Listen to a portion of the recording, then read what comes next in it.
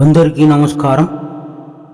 విద్య నేర్పిన గురుదేవుల పాదపద్మములకు శిరస్సు వంచి నమస్కరిస్తూ, యేసుక్రీస్తు రక్తము ఎక్కడెక్కడ చిందించెను అనేటువంటి విధానం గురించి మాట్లాడుకుందాం. యేసుక్రీస్తు ఎక్కడెక్కడ రక్తం చిందించాడు? రక్తము అనగా వాక్యం అని ఇంతకుముందు మనం చదువుకున్నాము. వాక్యమే శరీరం ధరించి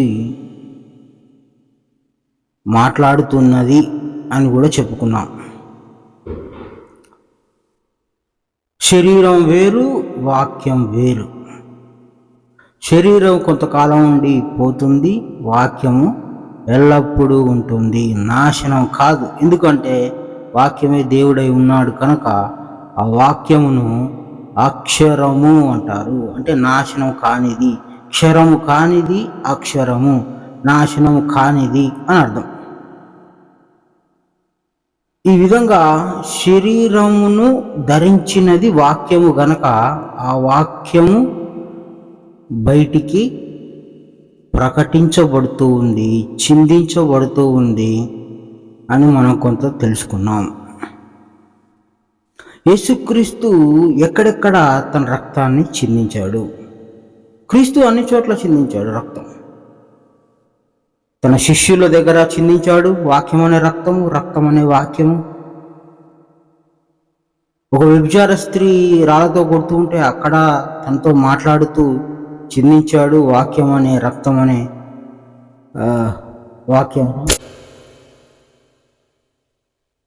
అంటే ఆయన వాక్యం చెప్పాడు, ఆయన జ్ఞానం చెప్పాడు. ఎక్కడ జ్ఞానం చెప్తే అక్కడ రక్తం చిందించుట, ఎక్కడ జ్ఞానం చెప్తే అక్కడ రక్తం చిందించుట అని అర్థం చేసుకోవాలి. ఒక అత్తరుబుడ్డి పట్టుకొచ్చి యేసుక్రీస్తు కాళ్ళను తుడుస్తున్న స్త్రీ దగ్గర చెప్పింది, చిందించింది వాక్యం అనే రక్తమే. తన శిష్యులతో చిందించింది వాక్యం అనే రక్తమే. పరిసయ్యుల దగ్గర, శాస్త్రుల దగ్గర చిందించినది కూడా వాక్యం అనే రక్తమే, రక్తం అనే వాక్యమే. 2 సంవత్సరాల 3 నెలల పాటు జ్ఞాన ప్రయాణంలో ఊరూరు తిరిగి అందరికీ జ్ఞానబోధ చేసింది కూడా వాక్యం అనే రక్తమే, రక్తం అనే వాక్యమే. కొండ మీద చెప్పిన ప్రసంగం ఏదైతే ఉందో అది కూడా ఆయన వాక్యాన్ని చిందించాడు, ప్రకటించాడు.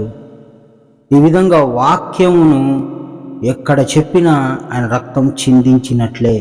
శిష్యులతో కూడి భోజనం చేస్తూ ఉండగా చిందించినది వాక్యం అనే రక్తమే.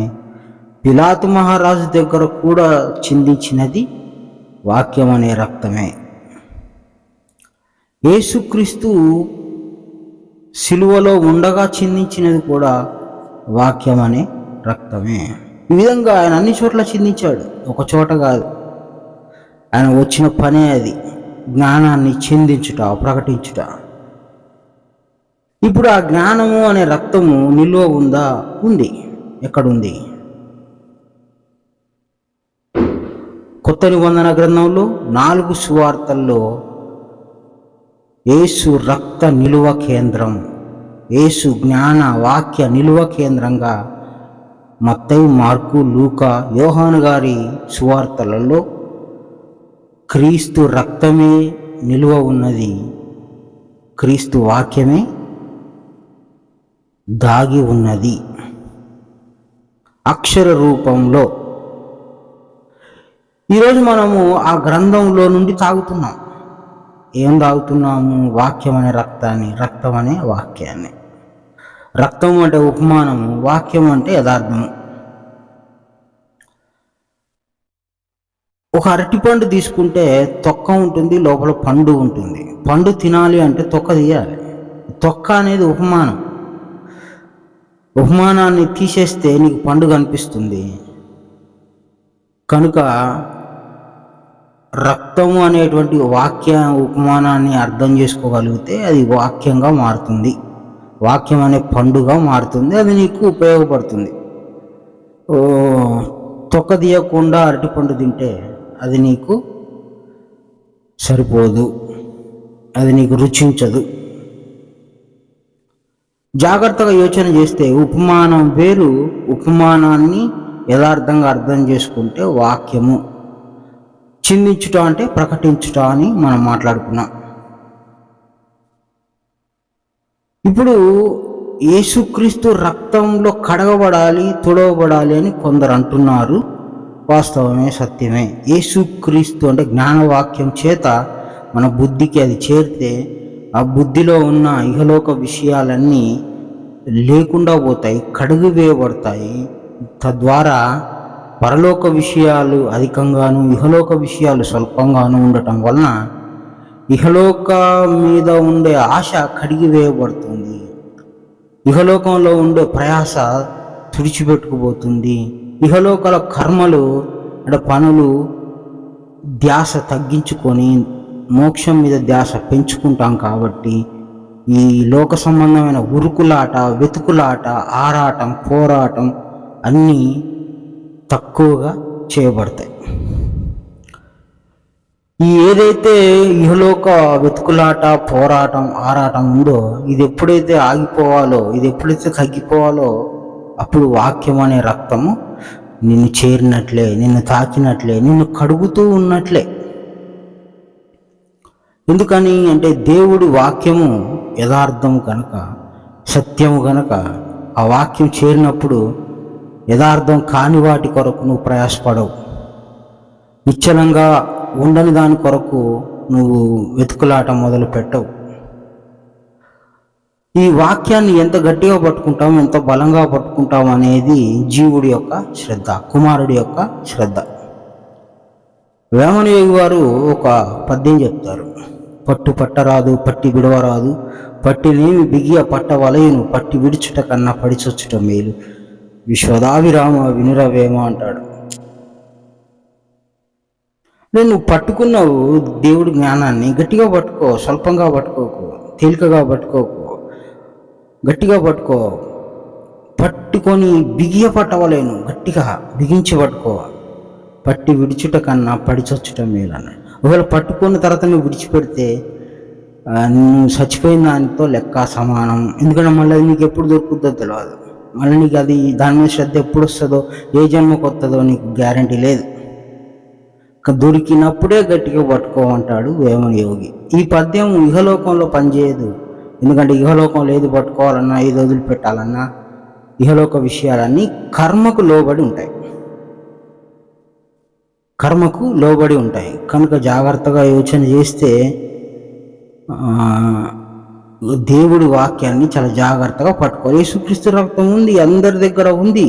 కొత్త నిబంధన గ్రంథ రూపంలో, అక్షర రూపంలో అందరి దగ్గర ఉంది. రక్తాన్ని తాగండి అంటే వాక్యంను అర్థం చేసుకోండి అని అర్థం. బుద్ధికి వాక్యం దేనికి? బుద్ధికి చేరాలి, బుద్ధితో యోచన చేయాలి. ఒక చిన్న వాక్యమే ఈరోజు అనేక మంది ధ్యాస కల్వరి కొండ మీదకి వెళ్ళిపోయి యేసుక్రీస్తు శరీర రక్తం అనుకునే ధ్యాసలోకి వెళ్ళారు. దీని కొరకు చాలామంది మరి బైబిల్ కాలేజీలు పెడతారు, అంతర్జాతీయ సువార్థికులు అంటారు, ఇంకోటి అంటారు, కానీ స్థూలంగానే చెప్పుకుంటారు. దానివలన వారి బోధ మన పాపాన్ని పోగొట్టే విధంగా లేదు. ఉపమానాన్ని వాళ్ళు చెప్తూ స్థూల శరీరాన్నే చూసుకుంటూ క్రీస్తు చెప్పిన నిగూఢమైన అర్థాన్ని, రహస్యం, మర్మము తెలియలేక పెద్ద వాళ్ళే దారి తప్పిపోయే పరిస్థితి వచ్చింది.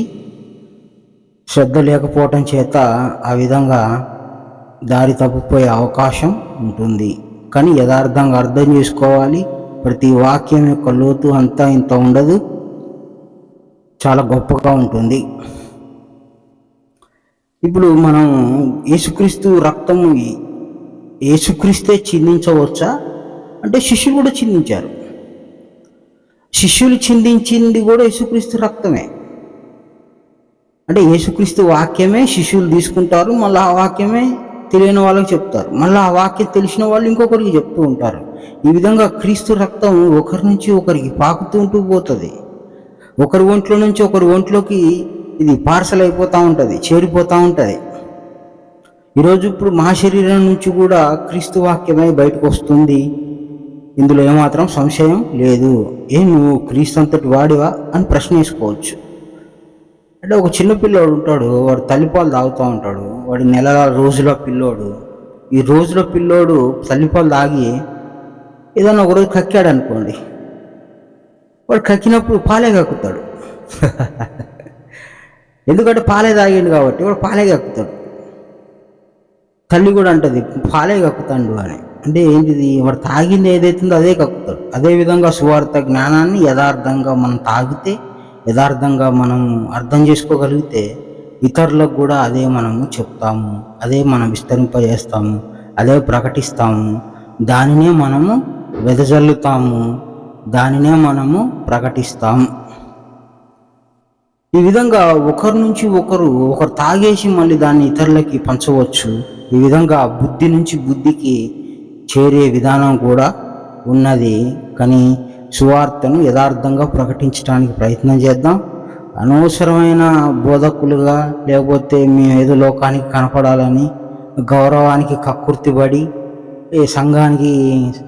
సంఘం కూడబెట్టుకొని నాకంటూ ఒకటి ఉండాలనేది కాకుండా, దేవుని వాక్యం దగ్గర కాస్త జాగ్రత్తగా ఉండి, కాస్త కాదు చాలా జాగ్రత్తగా ఉండి మసలుకోవాల్సిన అవసరం ఉన్నది. దేవుడి జ్ఞానం దగ్గర తప్పుగా బోధించినా, అర్థం చేసుకున్నా కూడా అది చాలా పెద్ద పాపము. దాని ప్రకారం నడుచుకున్నా చాలా ఇబ్బందులు ఎదుర్కోవాల్సి వస్తుంది. దేవుడి జ్ఞానం దగ్గర చాలా చాలా జాగ్రత్తగా ఉందాము. యేసుక్రీస్తు రక్తం నిలువ ఉన్న కేంద్రం ఏదంటే బైబిలు, కొత్త నిబంధన. ఆ కేంద్రంలో నుండి నిరంతరం వాక్యం అనే రక్తాన్ని తాగడానికి ప్రయత్నం చేయాలి. అందరికీ నమస్కారం. గురు సమర్పణం.